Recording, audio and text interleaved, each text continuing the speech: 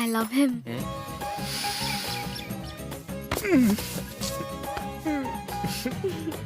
தேங்க்ஸுங்க. Don't mention. 3 பேரா love சொல்றது இதுதான் ஃபர்ஸ்ட். அதுவும் ஐ லவ் ஹிம்ங்கிறதும் அதுக்கு தேங்க்ஸ்னு பதில் சொல்றது இப்பதான் பாக்குறேன். சரி நான் எதுக்கு சும்மா துணைக்கு. துணைக்கு? சரி அதான் சொல்லிட்டீங்கல்ல, நான் கிளம்புறேன்.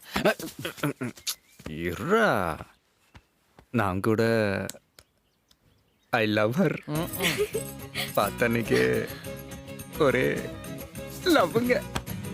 எனக்கு பார்த்த அன்னைக்கெல்லாம் எதுவும் இல்லை.